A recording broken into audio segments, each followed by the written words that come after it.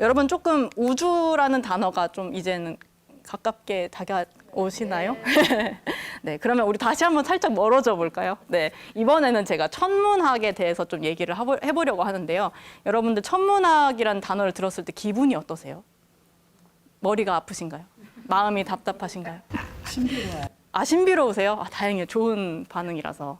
이 천문학을 제가 인터넷에 검색해보면 이런 문장이 나옵니다. 우주의 구조와 운동, 기원, 진화 등을 탐구하는 학문. 그리고 인간의 호기심을 넘어 우주와 인류의 미래를 밝히는 학문. 네, 천문학은 네, 이런 학문입니다. 머리 아픈 학문이에요. 그런데 이 천문학이 처음부터 이렇게 어려운 학문은 아니었어요. 이렇게 처음부터 뭐 인간은 무엇인가, 우주란 무엇인가 이런 걸 알기 위해서 시작한 학문이 아니고요. 처음에는 먹고 살기 위해서 시작한 학문이었습니다.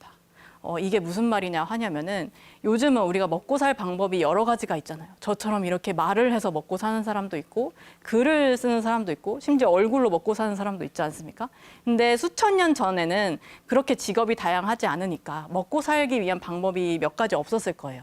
아마 대부분 농사를 지었을 겁니다. 네, 농사를 지었겠죠. 저희 부모님은 원래 농부셔가지고 저도 조금 농사 일을 거두는데요. 텃밭 농사라도 조금 해보신 분들은 아마 아실 거예요.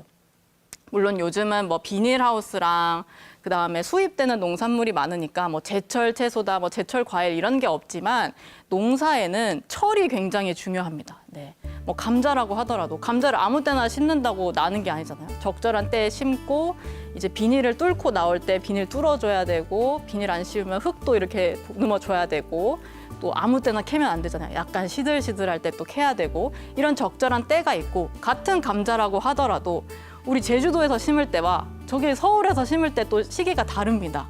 네, 그래서 적절한 때를 아는 게 중요한데 이 농사의 철을 아는 경험이 많은 상태를 우리가 철들었다라고 표현을 하는 겁니다. 이거 진짜예요. 네, 철들었다라고 얘기를 하죠.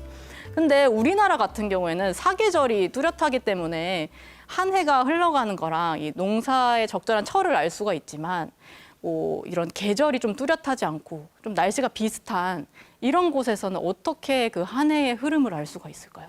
이 기원전 5,000년 전에 메소포타미아라고 하는 이 지역의 자리를 잡은 수메르인들은 인류 최초의 문명이라고 할 수 있는 수메르 문명을 일으켰거든요. 근데 이 사람들은 낮에는 워낙 덥기 때문에 밤에 이 사막을 건너는 일이 많았대요. 그러니까 낮에 움직이지 않고 밤에 많이 움직였대요. 그러다 보니까 자연스럽게 이 달빛에 의지를 하게 됐고 자연스럽게 달을 숭배하게 됐습니다. 근데 이 사람들이 달을 맨날 관측해 보니까 달이 맨날 뭐 보름달만 뜨는 게 아니라 막 초승달도 떴다가 반달도 떴다가 막 커졌다 작아졌다 하고 또 뜨는 시간도 조금씩 다른 거죠. 이거를 달의 위상 변화라고 표현하는데요. 이 수메르인들은 달이 변하는 모습을 보고 한 달이라는 개념을 만들어냈습니다. 네, 그리고 이 달력을 태음력이라고 불러요. 이게 인류가 최초로 만든 달력입니다. 참고로 이 달력은 우리가 사용하는 음력이랑은 좀 달라요. 그거 음력은 정확히 말하자면 태양력이라고 하거든요. 이 태음력의 업그레이드 버전이다라고 생각하시면 됩니다. 근데 밤하늘에는 달만 변하는 게 아니라 별도 변해요, 별. 네, 이 별들도 태양이나 달처럼 동쪽에서 떠서 서쪽으로 지거든요. 그리고 1시간에 15도씩 이렇게 조금씩 움직입니다. 그래서 별들의 위치를 보면은 밤하늘에서도 시간이나 또 계절의 흐름 같은 거를 볼 수가 있어요. 근데 이 수메르 문명의 다음 사람들이라고 할 수 있는 바빌로니아 사람들은 아예 이거를 기록하기 시작했어요. 물론 이 수메르인들도 기록했을 수 있는데 그게 남아있지 않기 때문에 가장 오래된 버전은 이 바빌로니아 사람들이 남긴 자료입니다. 이게 어떻게 보면은 덜 마른 시멘트 위에 새들이 막 밟은 것처럼 보이는데요. 이 엄연히 문자입니다, 문자. 네, 이렇게 점토판 위에 끝이 날카로운 도구로 이렇게 쐐기 문자라고 하는 걸 쓴 건데요. 제가 이 문자의 전문가는 아니기 때문에 여러분들에게 이게 무슨 내용인지 다 해석해 드릴 수는 없지만 전문가들의 의견에 따르면 이 안에 염소자리라는 별자리 내용이 있대요. 그 염소자리는 맨눈으로는 보기가 어려워요. 굉장히 희미한 별입니다. 지금 제주에서는 거의 뭐 카메라로 찍는 거 아니면은 맨눈으로는 거의 볼 수 없다고 봐야 되거든요. 근데 그렇게 희미한 별이 이 기원전 약 12세기에 만들어진 점토판에 남아있다? 그 말은 이미 다른 별자리들도 다 만들었다는 그런 뜻일 겁니다. 그래서 특히나 황도 12궁은 굉장히 역사가 깊은 별자리인데 우리는 아직도 이 기원전 12세기에 만든 별자리를 가지고 별자리 운세를 치고 있는 거죠. 네.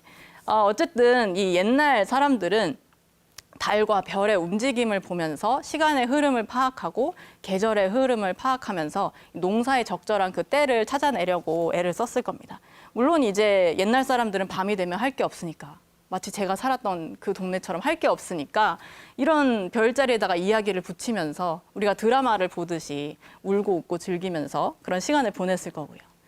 이번에는 고대 이집트로 한번 가보겠습니다. 고대 이집트 사람들은 그 수메르 사람들과는 다르게 태양을 숭배했습니다. 근데 여러분들 태양만 가지고 일년의 흐름을 파악할 수 있다는 거 아세요? 태양만 가지고도 알 수 있습니다. 어떻게 하냐면요. 태양이 동쪽에서 뜨긴 뜨잖아요. 근데 매일매일 그 위치를 기록하면요. 뜨는 위치가 조금씩 다릅니다. 계절에 따라서 조금씩 달라요. 그래서 이 이집트인들도 태양을 아마 숭배했으니까 태양 신이 뜨는 그 위치를 막 기록했을 거 아니에요? 그걸 막 기록해 보니까 처음에 기록을 시작했던 날로부터 며칠이 지나니까 똑같은 위치에서 또 뜨네? 라는 걸 알게 된 겁니다. 그 날이 365일이구나 라는 걸 알게 된 거예요. 그걸 가지고 태양을 가지고 만든 달력이 바로 태양력입니다. 네, 태양력을 만들었어요.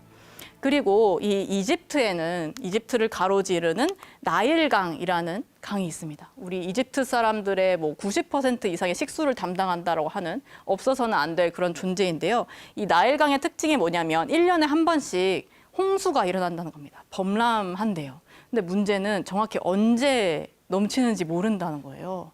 뭐 우리는 지금 달력이 있으니까 그걸 알 수 있지만 이게 뭐 날씨가 그냥 일정한 그런 데서는 마냥 기다리다 보니까 넘치고 뭐 이러는 거죠.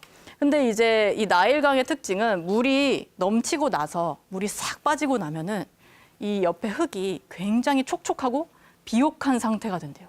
그럼 여기다 뭘 해야 될까요?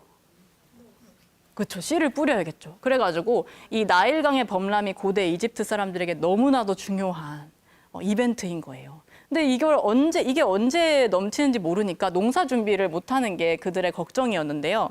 그들이 이제 태양이 뜨는 걸 관측하다 보니까 태양 말고 태양 옆에 아주 밝은 별이 태양과 함께 떠오르는 그 시기가 되니까 얼마 지나지 않아서 강이 이제 범람한다는 것을 발견하게 된 겁니다.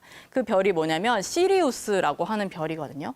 이게 밤하늘에서 가장 밝은 별이고 또 겨울철에 밤하늘에서 볼 수 있는 별인데 여름이 되면 저렇게 태양과 함께 떠올라요.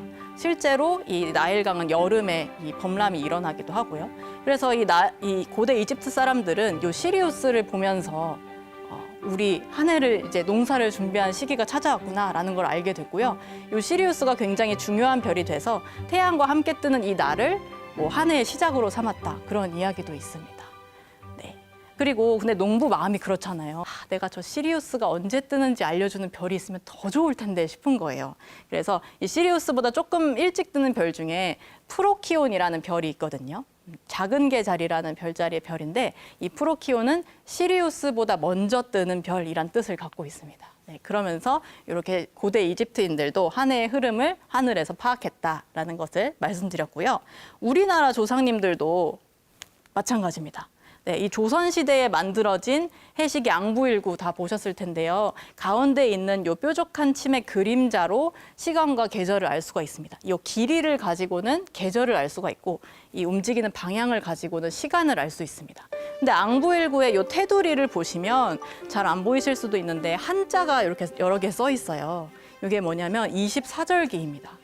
이 많은 분들이 24절기를 음력이라고 생각하시는 분들이 계신데 24절기는 농사에 적절한 그 철을 알려주는 거잖아요. 농사에서 가장 중요한 거는 달도 아니고 별도 아니고 해이기 때문에 해의 움직임을 기반으로 저렇게 24절기라는 걸 만들어낸 겁니다. 그래서 우리 조상들도 역시 먹고 살기 위해서 하늘을 봤다.